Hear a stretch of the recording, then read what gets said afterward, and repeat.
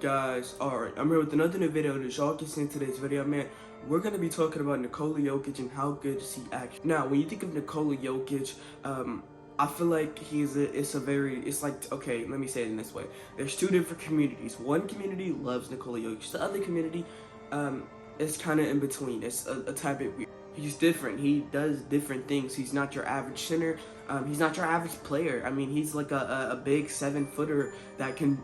He makes passes at the level of Chris Paul, and it's like, what the heck? What are we watching? And then there's the other people that don't appreciate it. Jokic is not the type of guy to go out and score 40 on how do I say that? On like energy type plays. I don't know how to explain it. I'm probably using the wrong term. There's a better term for this. But like, what am I trying to say here? Like when you think of like a Kyrie Irving, it seems like he's it's really a showstopper. You like to see. You like to watch Kyrie, Steph. You like to watch Luka, Harden, because they're kind of showstoppers. Jokic is not that. He'll give you 40, but it's not gonna be like, you know, as a showstopper. He's just gonna put up 40, which 40 does. You know, that 40 will contribute to wins. That 40-point triple-double will contribute to wins, but it is not contributing to jersey sales, and it is not contributing to people watching the games, because nobody wants to see a dude drop 40, you know, shooting a bunch of layups, hook shots, and fadeaways. But if you really appreciate the game of basketball and you really call yourself an NBA fan, you'll go watch a Nikola Jokic game, because what he does on the floor is really outstanding. And when I just want to go ahead and jump right into it, because I don't want to keep you off for too long. When I jumped into this breakdown, because I was thinking about this video, and I know I've been doing a lot of Jokic videos lately on the channel, but I mean, y'all seem to love the Jokic video, so I keep them coming, and I like doing the Jokic videos. So, but see, when I was thinking about doing this video, when I first started, I was like, okay, this is what I want to do. I set it off. Okay, I set it all out. This is what I wanted to do. I want to break down his game. And when you think of his, stats, your stats is not your game, but it's a big part of it. Jokic is averaging 26, 13.8 rebounds, 7.2 assists, shooting 56% from the field, 36% from three, 77% from the free throw line. All his numbers, his stats are really good. His team is at 500 right now. They're 16-16. They're right there at 500. But we have to realize the fact that he has really nobody on the team, and he's still managing to put up almost a triple-double. That is a very hard thing to do. Russell Westbrook would tell you that firsthand, to average a triple-double or anything close to it with a team that's not that good, and, staying 500, that is a hard thing, because you don't have a lot of skills, so you want to go get them assists. You're not that great of a scorer, but you want to go out there and score. You want to get the rebound. It's got to be one thing trying to get a board and then making a perfect pass down the court, and then, they miss a shot, and you go get the other rebound, and then you put up a fadeaway or something. Like, that's some of the plays. Like, Jokic does that every once in a while.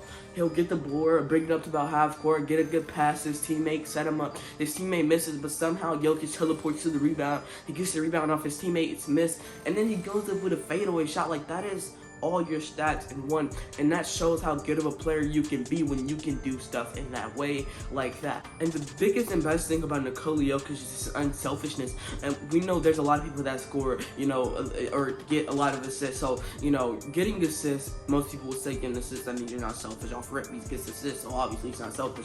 But just because you get assists does not mean you're not selfish, because some people can be selfish with assists. Now, Russell Westbrook, I don't think he's ever been like that selfish with his assists, but he has done it before, where he's in the game, he's just looking for assists. He's trying to stat pack, kind of forcing the assists. But Jokic is a tad bit different. What he does, he actually in a sense, he kind of is just, I don't know, it's like he's just, if you watch Jokic, it's just like sometimes there's some player you just can't explain, and when you're watching him, he's just doing it, and it's like he's not putting any effort into it, and it's just like he's out there and he's just getting his assists, because when he sees somebody open, it's just in his brain, like, he's open, let me get him the ball. And that's one of the things that I really do love about Jokic, is like, somebody's open, let me do the most I can to make sure that guy gets the ball, and it leads to wins. They win when Jokic does what Jokic does. And you may be like, well, they're 16-16, so Jokic can't be in the MVP race or whatever.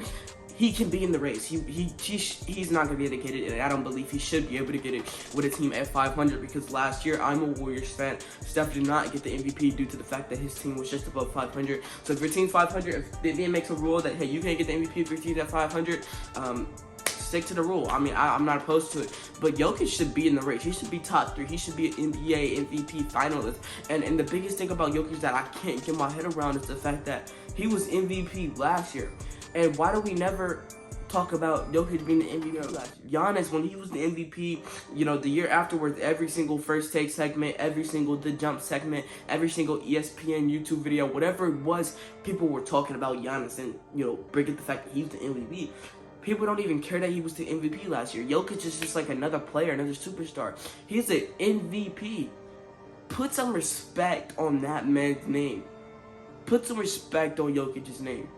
Because if you don't put some respect on Jokic's name, I will. You know what I'm saying? People always say Jokic has an old head type of game. Well, you know what? I said it. I say it in every single video I do on Jokic. And I'm going to end it off here like I do in every single video I do about Jokic. If you claim Jokic has an old head type of game, become an old head. Because you're missing out on one of the greatest basketball players you'll ever, you know, be able to watch ever. What he's doing is revolutionizing the game of basketball. And it's just happening right under our eyes. I guess certain things just can't be seen. That's what we're getting this video off, man. If you like this video, man, like the video, man. Comment, sub. Make sure you go follow my Instagram at QuarterMoonMan. bro. Like I say, consider subscribing. It's completely free. You can always change your mind later. It's definitely not a commitment of any sort. You can always change your mind. You can always unsubscribe. It really does help out the channel when you subscribe. Drop a like and comment. It makes the video circle around again. We're trying to go big, and you know, we either go big, you go home. You know, the goal, you know, going into 2022, I'm trying to be big time. I'm trying to get get that 1,000 subscribers mark, and we're just trying to keep going up, man. I don't want to put a limit on what I believe we could do in 2022. So consider subscribing, share the video. It'll really help a brother out and trying to get out there, man. And yeah, that's gonna be it for me, man. Peace out, y'all.